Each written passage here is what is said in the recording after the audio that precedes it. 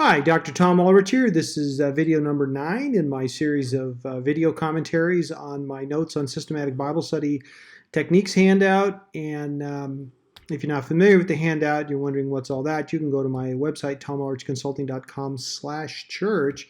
You can get a copy of the handout for free. There's also a link to all the videos. So this video then is Appendix B, and it's about Bible reference materials. So in Appendix A, we talked about commentaries, which is one specific kind of reference material, but now we're going to talk about some more things. All right, so what I recommend is, in terms of starting to acquire some books, and I do think acquiring some books is a good idea, but the most basic thing is get multiple translations of the Bible. So I'm a big fan of the ESV, English Standard Version. That's pretty new. It's got all the latest scholarship. It's a good, solid translation. And, maybe use NIV or maybe NLT as an alternate. Maybe you want to use NASB or NASBU. They're significantly more literal than NIV or NLT, and that's kind of a good thing. You kind of want one that's fairly literal, then you want one that's a little more in the middle, sort of a thought for thought rather than word for word. You probably do want to get a copy of the King James Version.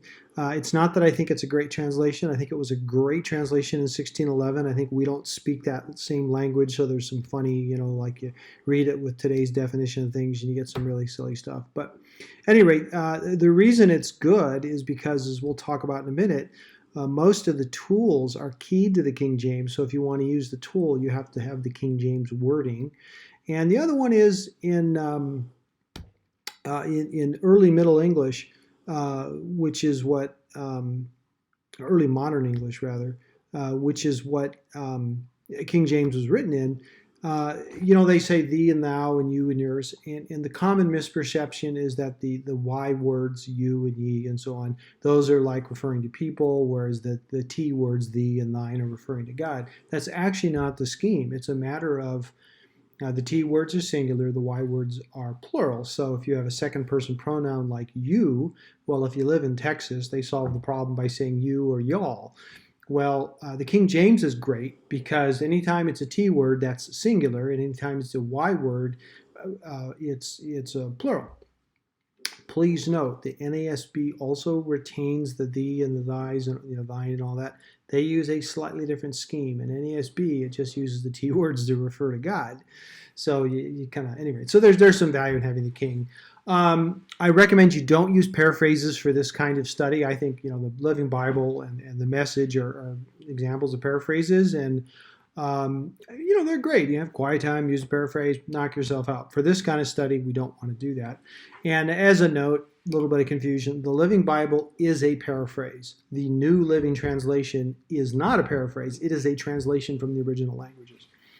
Okay, after you get a Bible, the next basic thing is an exhaustive concordance. Now, a lot of your study Bibles have what's not an exhaustive concordance, but they have in the back, there's like maps and other stuff, and there'll be a concordance. And the idea is you can, like, if you kind of remember a word that's in a verse, you can like look it up and like, oh yeah, there it is. Or if you want to just study like what does the Bible have to say about being angry, you can look up the word angry and you'll see a bunch of verses you can look up.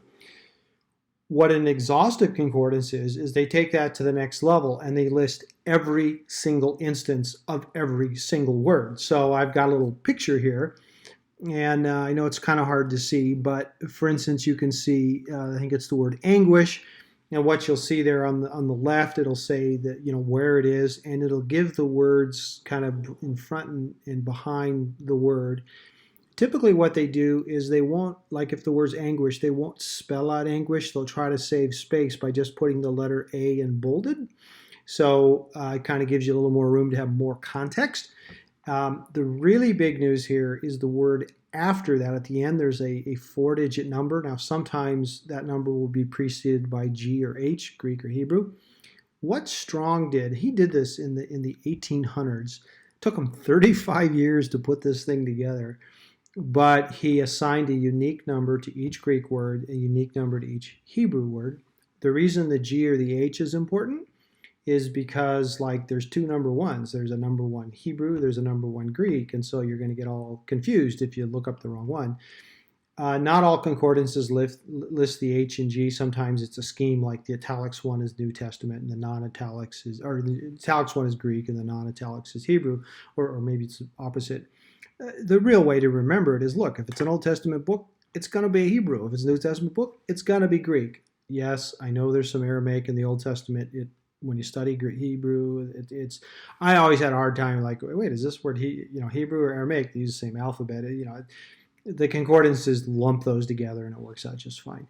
At any rate, the great thing is then you can go to the king, you can read the verse, and let's say it uses the word, well, in the case here, anguish, and then you use Strong's Concordance to get the number, and a whole bunch of reference books key to using the Strong's number, and you can spot it because on the front cover it'll say key to Strong's Concordance. That's what they're talking about.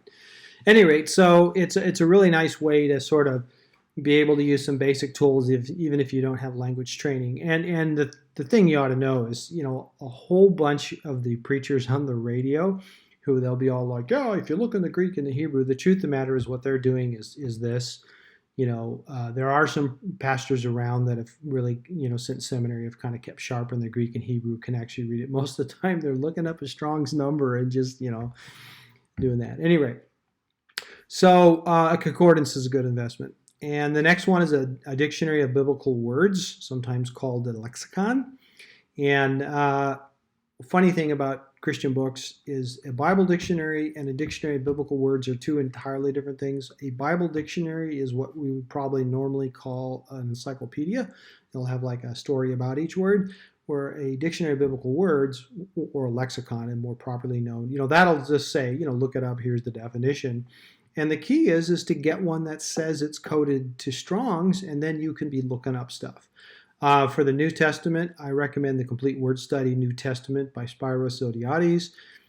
That one's really nice because he gives you the text of the Greek and the English kind of together, and then he actually puts the numbers like right above the text, so you can actually sort of bypass Strong's Concordance and just kind of dial direct.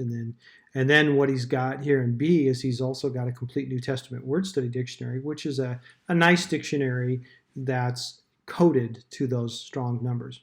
For the Old Testament, I recommend, it's actually got Zodhiates' name on the front. The two New Testament Zodhiates books. Zodhiates is like a Greek scholar, it's like a Greek name, Greek scholar, the whole deal. It started selling well, and the publishers are like, yeah, you need to do this for the Old Testament. And he's all like, yeah, but I don't really, I'm a New Testament guy. I don't really do Hebrew. I mean, I haven't done it in years. So they went and got some Hebrew guys, but they put Zodhiates' name on it so you'd recognize it. Oh, this is the same set. So it's actually by a guy named Baker and some of his friends, but you'll see Zodhiates' name. At any rate, it's the Complete Word Study Old Testament and Complete Old Study Word Testament Dictionary. So the first one there is like it's Old Testament with all the text and the numbers. And in addition to the numbers, they also give like lettered codes. And so you'll hear people like, well, if you look at the Greek, it's the aorist tense, and again, very few people on the radio who talk like that actually can read it. They're using a tool like this and it's like, oh, that code means aorist, so this is like the total sort of cheat. At any rate, there's another great one called the Theological Word Book of the Old Testament by these guys. This one's pretty popular. If you've got a lot of background in this sort of stuff, you're going to be like, hey, how come you're not saying Brown Driver Briggs, or how come for Greek you're not doing bag and all that? And the answer is, those are not that useful without language training, so I'm not recommending them. This handout is for lay people. Okay. Number 4, get a few commentaries. We discussed that in Appendix A. Number 5, a Bible dictionary. I mentioned that. That's more like an encyclopedia. And so in each one, there'll be kind of like an article about, it'll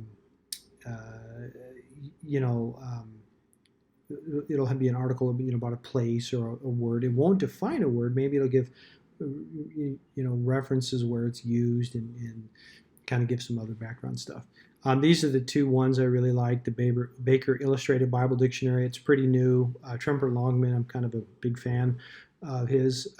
He was the editor on this one, and then on the Holman one, it was Brand and a bunch of his friends.